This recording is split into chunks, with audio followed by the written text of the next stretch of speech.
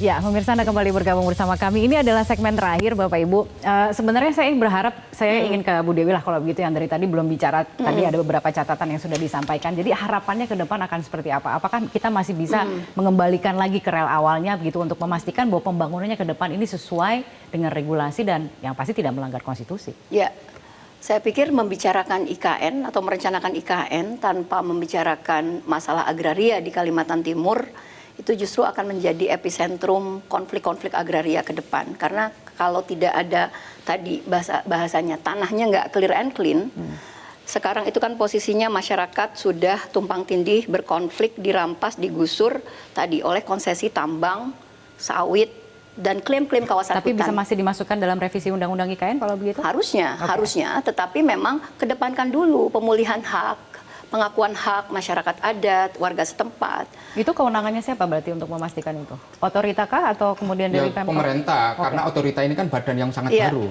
Gitu, Artinya proyek IKN itu nggak bisa dulu masuk saking kalapnya dengan urusan investasi tanpa memperbaiki problem struktural. Karena dari catatan KPA, konflik agraria akibat perkebunan, akibat pembangunan infrastruktur, akibat pembangunan properti, itu sudah 10 tahun terakhir menempati konflik agraria tertinggi di Indonesia. Artinya kalau nggak clear dengan pengakuan masyarakat adat, nggak clear masalah-masalah agraria yang dituntaskan, yang dengan konsesi aja belum selesai, IKN mau masuk, lantas ini semacam apa? Justru yang ada nanti kemiskinan struktural, masyarakat yang terlempar di dalam proses pembangunan. Tapi idealnya berapa tahun sebenarnya untuk pembangunan? Karena kalau kita dengar kan tahun 2024 aja nanti 17 Agustusnya sudah di Istana yang baru gitu. Upacara di sana. Upacara. Presiden pindah ke sana. Jadi membangun kan ini fasilitas sudah upacara. Kita dengar timeline-nya seperti apa. Membangun fasilitas upacara. Presiden mau pindah ke sana loh. Iya, enggak artinya kalau kita bicara timeline, ini kan kita dikejar. Ada ring satu istilahnya. Yang tahap 1 itu yang pokok Presiden, Kementerian Keuangan, Bank Indonesia, OJK itu mereka harus awal di sana dan ada upacara. Dan beberapa Menko ya. Dan beberapa Menko. Dan kemudian upacara 17 Agustus 2024 ada di sana. Oleh yang tadinya diselenggarakan di Jakarta, di Istana Negara akan diadakan di sana. Berarti kan pembangunan memang harus dikejar, bukan? Tentunya jalan menuju sana, peserta upacara, nginep di mana dan sebagainya kan harus disiapkan. Itu penerbangan siapa yang akan membangun, uangnya dari mana itu juga harus disiapkan. Saya pikir DPR harus membatalkan soal 190 tahun HGU itu. Itu pelanggaran konstitusi terberat itu, Pak. Berbahaya itu. Kita waktunya cuma 7 menit ya Pak. Tidak ada waktu terlalu panjang untuk membahas itu. Sayangnya DPR nggak terbuka tuh proses revisi Undang-Undang IKN. Itu menjadi kritikan tersendiri. Nggak mungkin revisi Undang-Undang itu tidak terbuka. DPR ini rapatnya terbuka terus. Silakan kalau membahas di dalam panjanya tertutup itu memang mekanisme pembahasan panja. Tetapi prosesnya mulai dari pendapat masyarakat, RDPU dan sebagainya, semuanya harus proses. Karena apa? Tata cara pembentukan undang-undang itu ada tahapan memang harus ada didengarkan seluruh masyarakat. Nggak mungkin. Makanya yang disiapkan oleh DPR itu adalah bagaimana menyiapkan landasan hukum yang memadai pada tingkat regulasi, tingkat legislasi primer di undang-undang yang menjadi landasan. Apa yang menjadi keinginan pemerintah? Kalau kemudian undang-undang itu bertentangan dengan konstitusi dasar, silakan di-challenge di MK, di judicial review. Tapi jangan begitu, Pak. Sedikit aja. Selama masih bisa dihindari di DPR, ngapain kita ke MK? Pulihkannya di DPR dong. Inilah kalau menurut saya silakan. Proses debat publik ketika penyusunan pengganti undang-undang yang direvisi itu harus diumumkan pada masyarakat. Ya, memang harus diumumkan, Prof. Nah, memang harus diumumkan. Itu kewajibannya memang diumumkan. Betul. Tetapi kesannya itu seperti KPA aja, ini tertutup kesan ya.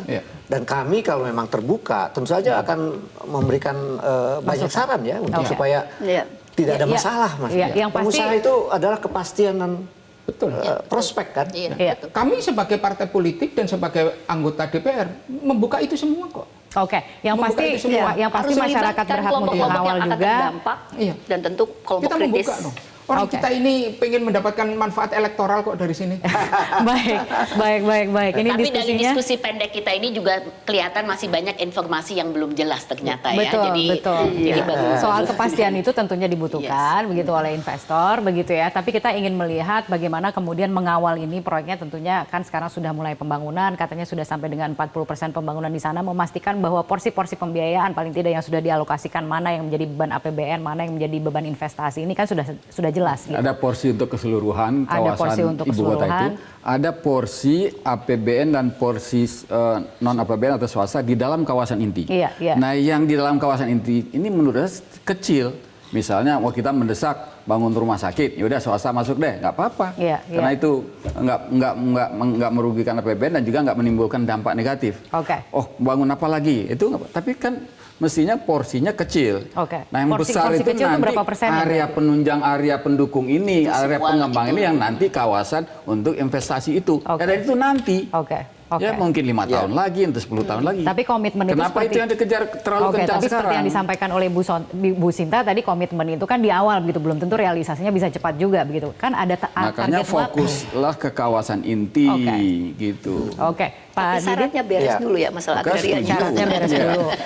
Lagi-lagi ke situ begitu ya. Jadi saya Gimana Pak? pengalaman ya di dalam berbagai hal ya, meneliti membimbing mahasiswa bahwa penting sekali, apalagi masalah ibu kota negara itu, negara mengumumkan secara clear ya tentang rencana itu sehingga publik menangkap gitu.